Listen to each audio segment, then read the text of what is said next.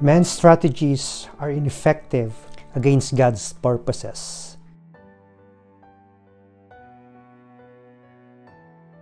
In Exodus chapter 1 verse 11 to 14, it says, "So they put slave masters over them to oppress them with forced labor. They built Pithom and Ramesses as store cities for Pharaoh. But the more they were oppressed, the more they multiplied and spread. So the Egyptians came to dread the Israelites and worked them ruthlessly. They made their lives bitter with harsh labor in brick and mortar and all kinds of work in the fields. In all their harsh labor, the Egyptians worked them ruthlessly." When the children of Israel were set to slave labor, they built many of the great cities and monuments in Egypt. But the more they afflict them, the more they multiplied and grew. This was God's plan all along for Israel. They served Egypt as the mother womb, a place where they rapidly grew from a large clan to a mighty nation.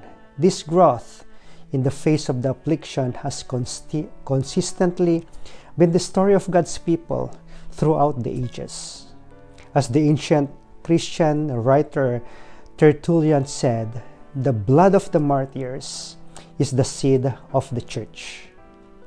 The last part of the verse, it says, "In all their harsh labor, the Egyptians worked them ruthlessly." God's purpose was to bless Israel and fulfill His purpose for them in His eternal plan, and no amount of affliction could defeat His purpose. The Egyptians tried their best through cruel slavery, but it didn't work. The principle of Isaiah 54:17 proved true, that no weapon formed against them shall prosper. The wickedness of the Egyptian could hurt the children of Israel, but could never defeat God's plan for them. In the midst of this cruel and hostile environment that we live in, our labor may seem hopeless, but that won't stop God's plan for our redemption. It may seem far away, but it will definitely come into completion. Persecution is already a daily part of our Christian lives, but we need to stand firm in our faith, in our works for His kingdom, that in spite of the hardships, of the trials, of the problems we encounter each day, we need to fight the good fight of faith. And let's finish our race in sharing the gospel. As Paul says, paraphrasing, what God has started in us, He will complete it until He comes again in glory.